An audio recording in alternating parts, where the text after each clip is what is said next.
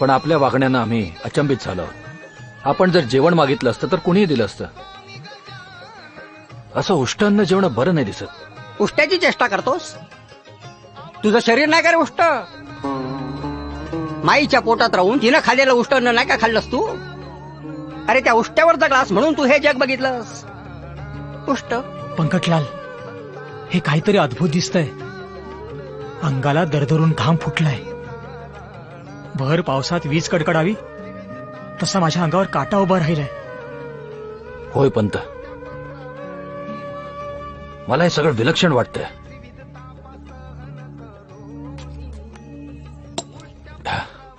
घ्या, आपल्यासाठी जेवण आणलंय.